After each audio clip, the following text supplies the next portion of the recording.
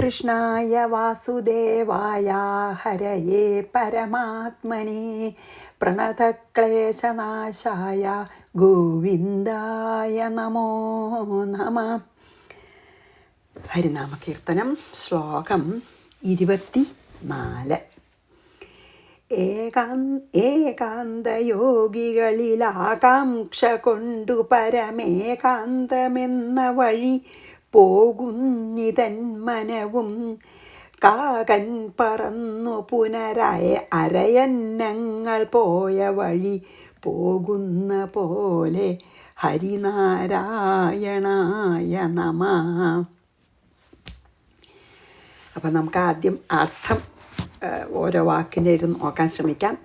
ഏകാന്തയോഗികളിൽ ആകാംക്ഷ കൊണ്ട് എന്ന് പറഞ്ഞാൽ ഈ മഹായോഗി, ഞാൻ ഇപ്പം ചുരുക്കി പറഞ്ഞുള്ളൂ, മഹായോഗികൾക്ക് ഏകാന്തയോഗികളെ പറഞ്ഞാൽ ഈ സർവസംഘ പരിത്യാഗികളായിട്ടുള്ള മഹാത്മാക്കളായിട്ടുള്ള യോഗികളെ പറഞ്ഞു കേട്ടോ. അപ്പോൾ മഹാത്മാക്കളായിട്ടുള്ള യോഗികൾക്ക് ഉണ്ടാവുന്ന ആ ജ്ഞാനാനുഭവത്തെ എനിക്കും ഉണ്ടാകണം എന്നാഗ്രഹിച്ചിട്ട്, അതായത് ആത്മസാക്ഷാത്കാരം കൊണ്ട് മഹാത്മാക്കൾക്ക് അനുഭവമായിട്ടുള്ള ആ ഒരു അവസ്ഥ ഉണ്ടല്ലോ, അത് എനിക്കും അനുഭവമാവണം എന്നുള്ള ആഗ്രഹം. അതാണ് ഏകാന്തയോഗികളിലെ ആകാംക്ഷ എന്ന് പറഞ്ഞാൽ. അവരെ പോലെ ആവണം എന്നുള്ള ആഗ്രഹം കൊണ്ട് അവരിയ്ക്കുന്ന അവസ്ഥയിൽ എനിക്ക് എത്തണം എന്നുള്ള ആകാംക്ഷ കൊണ്ട് എൻ മനവും എൻ്റെ മനസ്സും പരമമായ അൾട്ടിമേറ്റ് ഏകാന്തം എന്ന വഴി, ആ ഏക സത്യ സാക്ഷാത്കാരത്തിൻ്റെ വഴിയിൽ കൂടി, അതായത് ആ ആത്യന്തികമായിട്ടുള്ള സത്യത്തിൻ്റെ വഴിയിൽ കൂടി, സത്യത്തിനെ സാക്ഷാത്കരിക്കുന്ന വഴിയിൽ കൂടി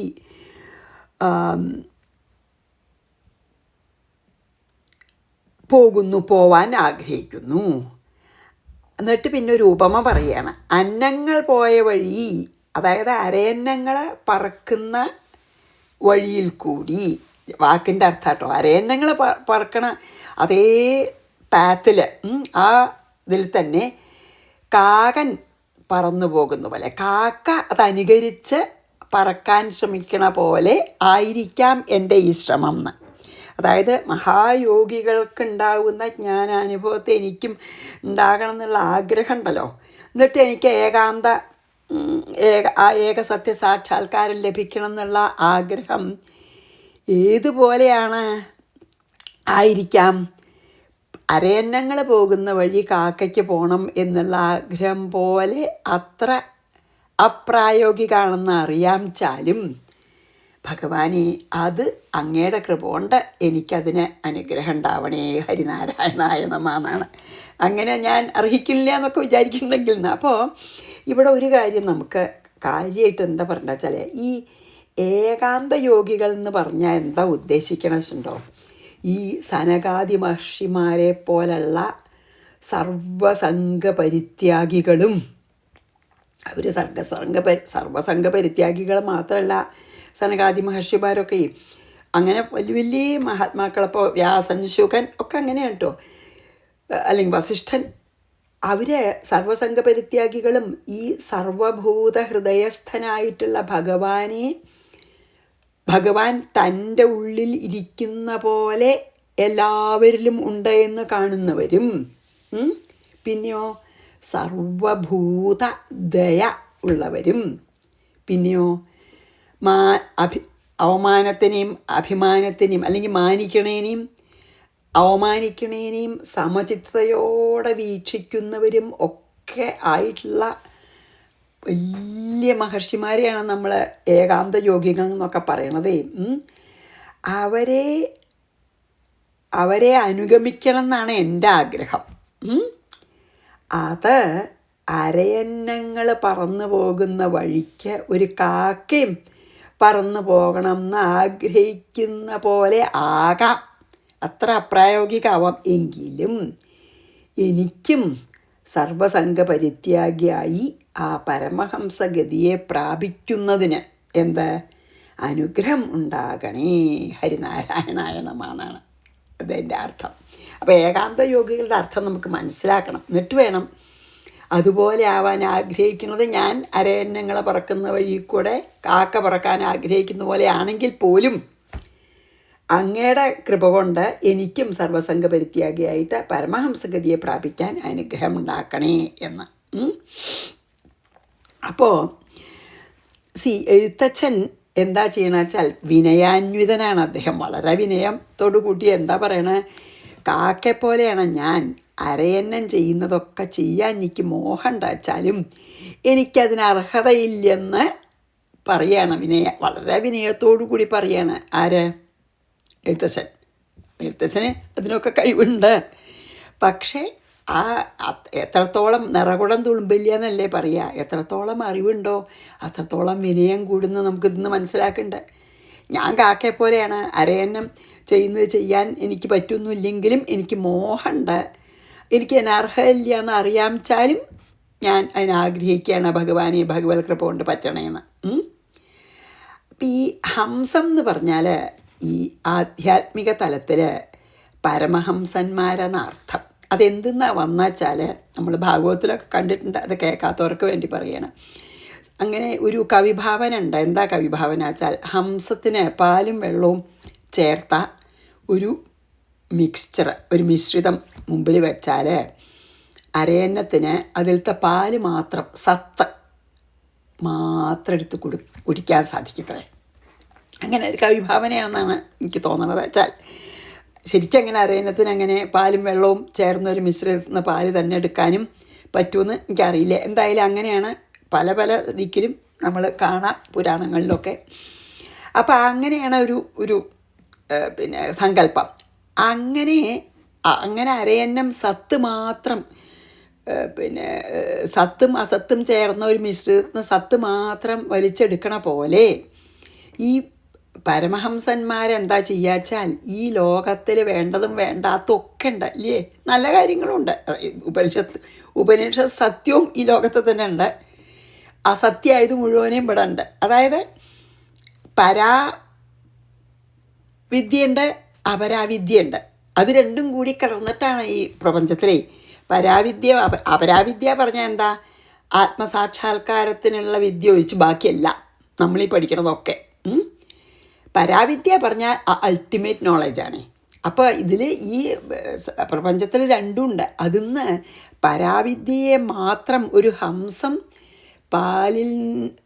പാലും വെള്ളവും ചേർന്ന മിശ്രിതത്തിൽ നിന്ന് പാല് മാത്രം, സത്തായ പാല് മാത്രം എങ്ങനെ വലിച്ചെടുക്കണു, അതുപോലെ ജ്ഞാനികൾ, പരമഹംസന്മാരായി തീർന്ന ജ്ഞാനികൾ ഈ ഹംസത്തിനെ പോലെയാണെന്നാണ്. അതായത് പരാവിദ്യയും അപരാവിദ്യയും ചേർന്ന് കിടക്കുന്ന ഈ പ്രപഞ്ചത്തിലെ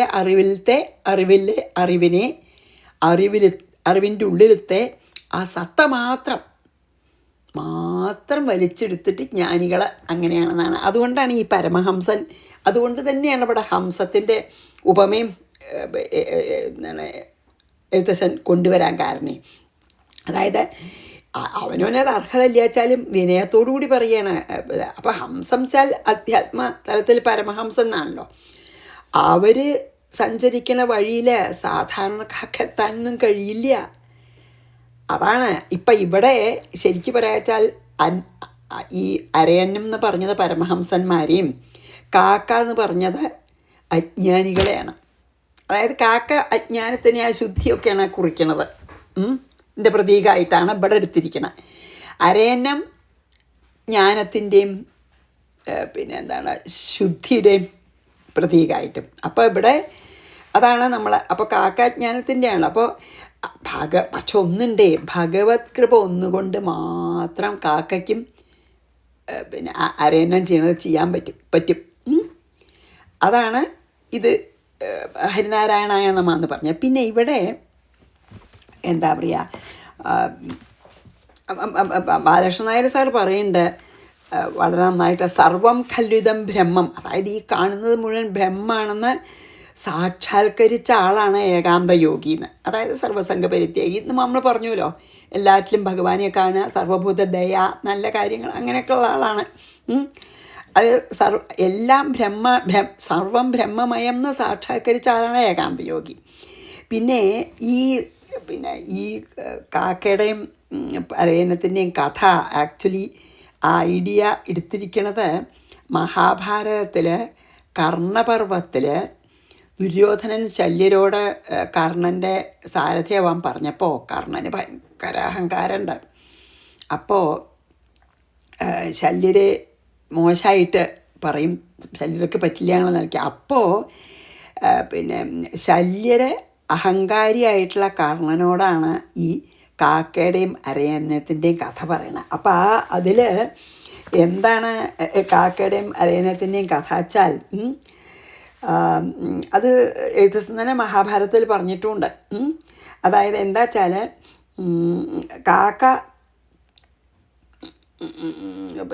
ഒരു കാക്ക പിന്നെ എന്താണ് അരയന്നത്തിനോടൊപ്പം പിന്നെ അരയന്നത്തിന് കുറേ ദൂരം പിന്നെ റെസ്റ്റ് ചെയ്യാതെ പറക്കാൻ പറ്റും. അപ്പോൾ ഒരു കടൽ നീന്തി കടക്കാൻ അരയന്നം പുറപ്പെട്ടു. അപ്പം കാക്ക എനിക്കിപ്പോൾ എന്താ ചെയ്താൽ അഹങ്കാരമാണ്, അവനവൻ്റെ ശക്തിയിൽ അരയന്നത്തിനേക്കാളൊക്കെ വേണമെങ്കിൽ അരയന്നത്തിനൊക്കെ പറ്റിച്ചാൽ എനിക്കും പറ്റും എന്ന് പറഞ്ഞിട്ട് പിന്നെ ഈ എന്താണ് അരയന്നങ്ങളെ കടക്കാൻ വേണ്ടിയിട്ട് അങ്ങനെ യാത്ര തുടങ്ങിയപ്പോൾ അവർ അരയന്നങ്ങളെ കടലിൻ്റെ മീതെ ഒരു ബുദ്ധിമുട്ടും ഇല്ലാണ്ട് പറന്ന് അക്കരയ്ക്ക് എത്തി. പക്ഷെ കാക്ക കുറച്ചങ്ങോട്ട് കഴിഞ്ഞില്ലേ, പകുതി വഴി എത്തിയപ്പോൾ കാക്കയ്ക്ക് വയ്യാതെയായി. എന്നിട്ട് പിന്നെ അവസാനം എന്താ ഉണ്ടായത്, കുറച്ച് കഴിഞ്ഞപ്പോൾ പിന്നെ ചിറകൊക്കെ കുഴഞ്ഞു, അങ്ങനെ പിന്നെ വെള്ളത്തിൽ വീണ് ജീവൻ പോവുകയും ചെയ്തു.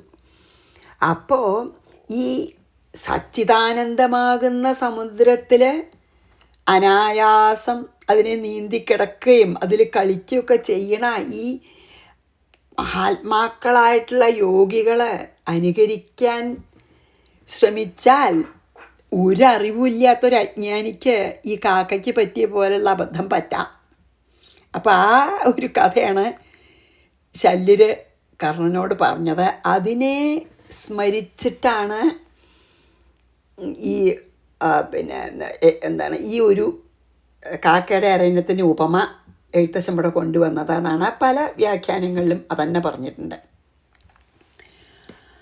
പിന്നെ ഭാഗവതത്തിൽ പിന്നെ കാക്ക പിന്നെ ഹംസങ്ങൾ കുളിക്കണ കുളത്തിൽ കാക്ക കുളിക്കുമോ എന്നൊക്കെ ചോദിച്ചിട്ടുണ്ട്. അതായത് പരിശുദ്ധമായിട്ടുള്ള വെള്ളത്തിലെ ഹംസങ്ങൾ കുളിക്കുക. കാരണം ഹിമാലയത്തിലും അവിടെ എവിടെയൊക്കെ കാക്കയ്ക്കാണെങ്കിൽ എപ്പോഴും ചണ്ടി ആയിട്ടുള്ള സ്ഥലവും ചണ്ടിത്തൊക്കെ കൊത്തി തിന്നുകയും ചണ്ടി വെള്ളം കുടിക്കുകയൊക്കെ ചെയ്യുന്ന ആളാണല്ലോ. അപ്പോൾ അതുകൊണ്ടൊക്കെ നോക്കിയാലും കാക്ക അരയന്നവും കൂടി നല്ല വ്യത്യാസമുണ്ട്. പിന്നെ ശരിക്കും ഇപ്പോൾ ഇതിൽ എന്താ വെച്ചാൽ ഹംസൻ ച പരമഹംസന്മാരെ കാക്ക പറഞ്ഞാൽ അജ്ഞാനികൾ, അതായത് ഈ ആത്മസാക്ഷാത്കാരമൊന്നും കിട്ടാതെ വലിയ ദേഹാഭിമാനത്തോടു കൂടി നടക്കുന്നവർ കാക്കകളും, ആത്മസാക്ഷാത്കാരം കിട്ടി ദേഹാഭിമാനം പൂർണ്ണമായും ഇല്ലാതെ ആയിട്ടുള്ള പരമഹംസന്മാരെ ഹംസവും എന്നാണ് കേട്ടോ. അപ്പോൾ അതാണ് ഈ ഒരു ശ്ലോകത്തിൽ പറയണത്. അതായത് പക്ഷെ ഒന്നേ ഉള്ളൂ, ഭഗവത് കൃപ ഉണ്ടെങ്കിൽ എന്തും സാധ്യമാണ് അല്ലേ. പിന്നെ എന്താണ് എന്ത് കാര്യങ്ങളും ഭഗവാന്റെ അനുഗ്രഹം ഉണ്ടെങ്കിൽ പറ്റും. അതാണല്ലോ നമ്മളെ എപ്പോഴും ചെല്ലൂരോ മൂകം കരോതി വാചാലം അല്ലേ.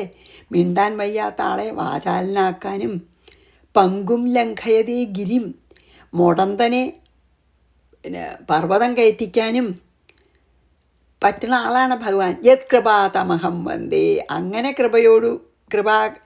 കാരുണ്യം വഴിയുന്ന ഭഗവാനെ യത് കൃപാതമഹം വന്ദേ പരമാനന്ദ മാധവം അല്ലേ. അതാണ് മൂകം കരോതി വാചാലം. അപ്പോൾ എഴുത്തച്ഛന് ഇത് എനിക്ക് പറ്റില്ല എന്ന് അറിയാം, വിനയം കൊണ്ട് പറയാണ്. പക്ഷേ ഞാൻ അങ്ങനെയാണ് ശരിക്കും തോന്നണ വെച്ചാൽ പോലും പേടിക്കാനില്ല എന്നാണ്.